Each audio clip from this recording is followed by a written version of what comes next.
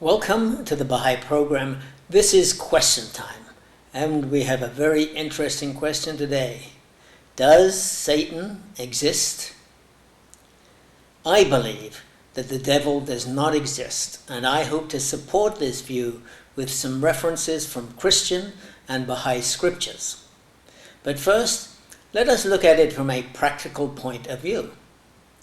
There is no point in believing in the devil if we do not believe in God, so I expect most people who are watching this program believe in God. No one has seen God and no one can comprehend God. Whatever our opinions of God are, they are at the best incomplete. A creation cannot understand its creator any more than a painting can comprehend the artist. The word Satan means adversary. There is no biblical reference to God creating Satan. Some Christians think that Lucifer is Satan and is a fallen angel, but Lucifer is only mentioned once in Catholic-influenced versions of the Bible, including the best-selling book in the world, the King James Version.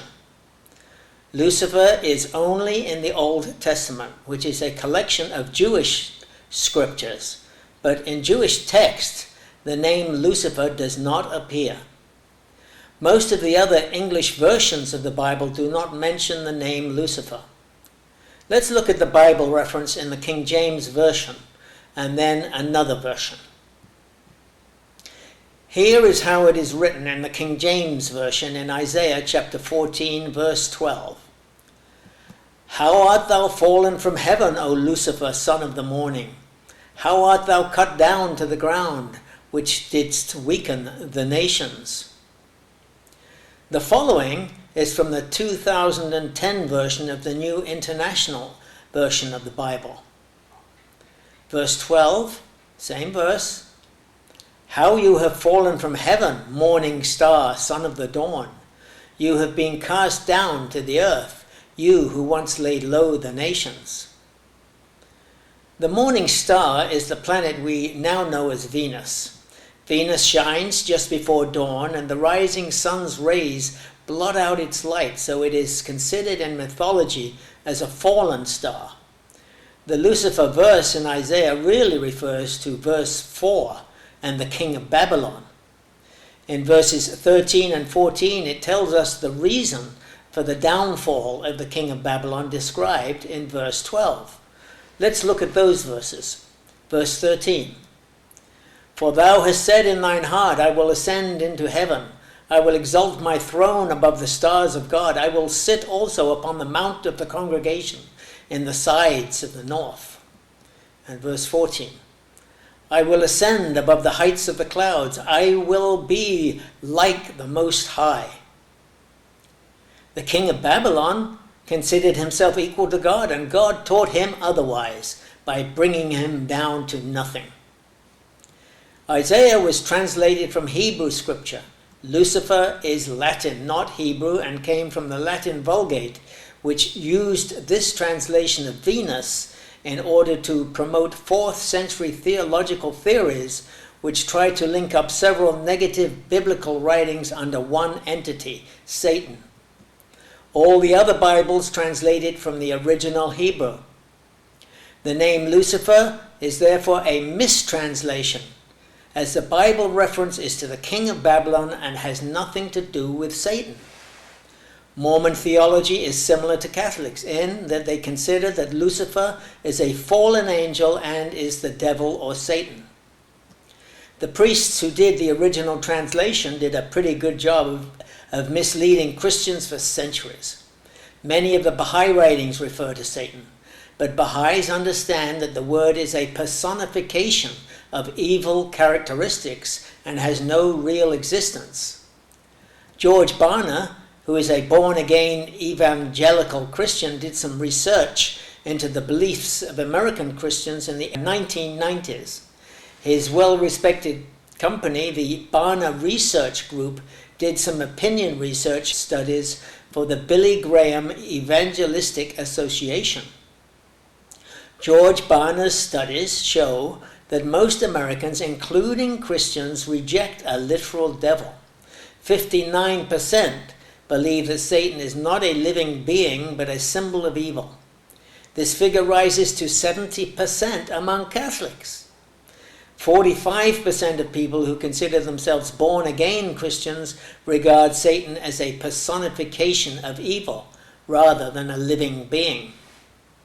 Most American Christians, therefore, share the Baha'i belief that Satan does not exist. In American Samoa, ministers have passed on what they learned in their seminaries, so most churchgoers consider Satan as a real being, but have not given it much thought or study. Observe in the following statement in Baha'u'llah's most holy book, the Kitab-i-Aqdas, on page 118. It talks about the Satan of self and tells us how his revelation has transformed even malicious and hateful adversaries into ardent Baha'is. Consider the welding power of his word. Observe how those in whose midst the Satan of self had for years sown the seeds of malice and hate became so fused and blended through their allegiance to this wondrous and transcendent revelation that it seemed as if they had sprung from the same loins. Baha'u'llah refers to Satan and warns against him, but Baha'is are taught that Satan has no actual existence except as the evil promptings of our own selves. It is not the devil which tempts us. God provides us tests to improve our spiritual condition, and according to how we respond, we get closer to God or further away. Heaven is being close to God, and hell is being far from God. All the scriptures tell us to fear God and his chastisement. It is God who tests us, and it is up to us to make the right choices, to act in accordance with God's wishes, or follow what we want to do regardless of his guidance. We do not have to be scared of the devil because he does not exist. If we fear God, it will keep us on the straight and narrow. That does not mean that we have to be continually paranoid. We should only fear God when we know we are doing wrong. The son of Baha'u'llah was Abdu'l-Baha, who led the Baha'i faith after Baha'u'llah's passing. He was the only one authorized by Baha'u'llah to interpret his teachings. In the following quotation found in Foundations of World Unity on page 77, he states, "The reality underlying this question is that the evil spirit, Satan, or whatever is interpreted as evil, refers to the lower nature in man. This baser nature is symbolized in various ways. In man there are two expressions. One is the expression of nature, and the other the expression of the spiritual realm. The world of nature is defective. Look at it clearly, casting aside all superstition and imagination. God has never created an evil spirit. All such ideas and nomenclature are symbols expressing the mere human or earthly nature of man.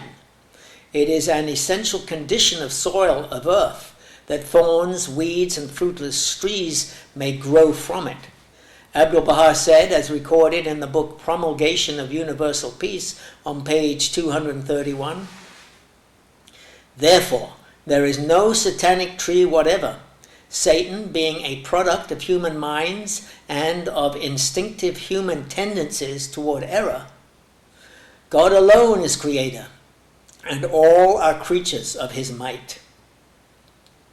In the Gospel of Matthew, Jesus was telling the disciples that he would be going to Jerusalem and that he would be put to death. Peter tried to talk him out of it, and this was the response of Jesus.